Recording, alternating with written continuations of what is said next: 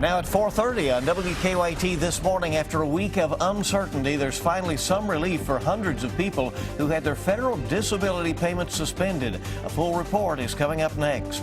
Lexington police investigating this morning after a woman says she was robbed at knife point overnight. And a huge data breach could impact millions of federal employees. Investigators believe they know who is responsible. That story and more coming up on WKYT this morning.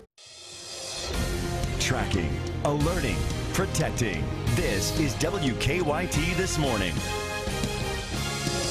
Good morning and welcome to WKYT This Morning on Friday. It is June 5th. I'm Bill Bryant. And I'm Rebecca Smith. Let's check over with Micah to see how weather's looking. Well, it looks pretty good. Yesterday it was a really nice day. Actually got pretty warm yesterday, right there in the 80s for most.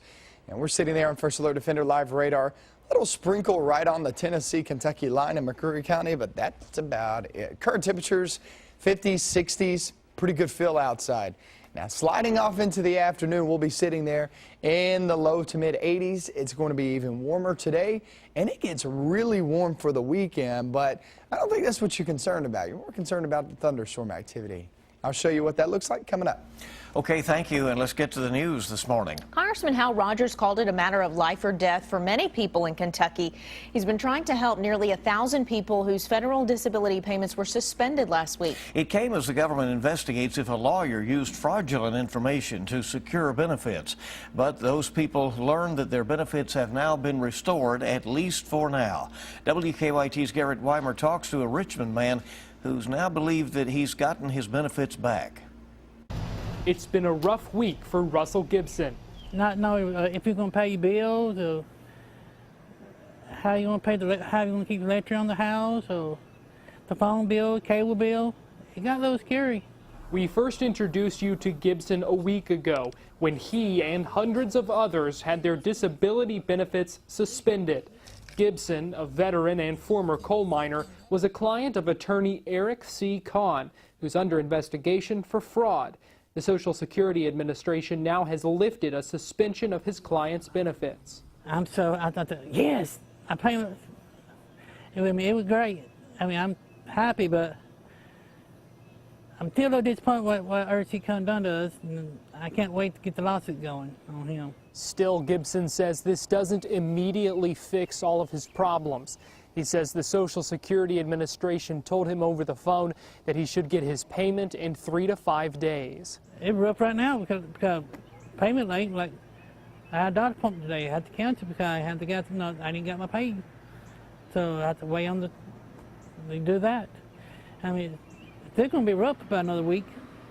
But even beyond that, Gibson says there's still a long road ahead to get everything resolved. In Madison County, Garrett Weimer, WKYT. In a statement, Congressman Hal Rogers said fraud needs to be handled appropriately, but he says this way folks can still receive their benefits while they wait for their hearing as the investigation continues. The FBI is leading the investigation into possibly the largest breach ever of government computer systems this morning. Millions of past and present government employees may have had their personal information stolen by Chinese hackers. CBS's Mark Albert reports on that from Washington, where officials say the investigation could reveal even more federal employees at risk. As many as 4 million current and former federal employees are waiting to see if Chinese hackers lifted their personal information right off of government computers, along with details about job assignments and performance ratings. Sources tell CBS News some of the sensitive data might have been used in background and security clearance investigations. The federal government is probably one of the largest employers in the world, and to have that data system, to have that system breached, is really pretty incredible. Federal investigators say the hackers left behind their cyber signature when they broke into networks for the Office of Personnel Management as well as the Interior Department. The information may have been sought to make it harder to detect foreign spies in the U.S. A spokesman for the Chinese embassy in Washington is calling the accusations irresponsible and counterproductive. Officials believe employees from nearly every government agency are affected. Lawmakers from both sides are calling for reforms.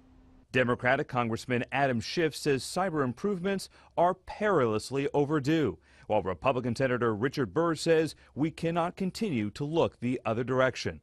Federal workers whose information may have been stolen will be notified next week.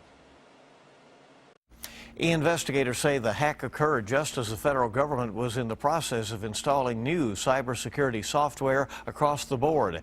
So far, they say that software is only in place in roughly half of the federal workforce. Well, new this morning, Lexington police are searching for a man they say robbed a woman at knife point. Police say she was outside her home on Summerhill Drive when a man came up to her. She says that man put a knife to her throat and demanded cash. She said she threw her phone and money in the air and ran inside her home. That's when she told officers the man started banging on her window trying to follow her. Police say they later found the weapon and the woman's money. They tracked down her phone, which was found on a nearby bike path.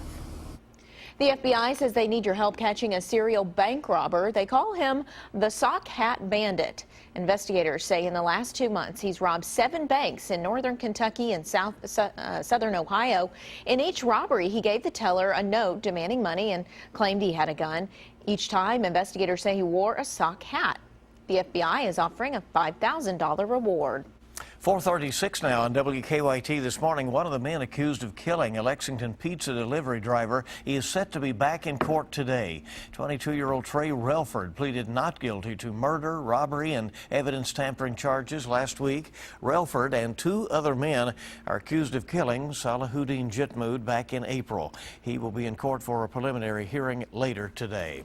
A man who is charged with the murder of a Scott County woman is set to have his case reviewed today. Nicholas Willinger is accused of beating retired school bus driver Sue Jones to death back in 2010. In February of this year, the Commonwealth's attorney filed a motion to seek the death penalty against Willinger if he's convicted. His trial date is set for early next year. New this morning, a Lexington man's behind bars accused of putting child pornography on the internet. Lexington police arrested 52-year-old James Coons yesterday morning. Police say Coons was transferring pornographic images to another terminal. Officers say after a search, they found more images on Coons' computer. He's charged with 2 counts of distributing sexual images.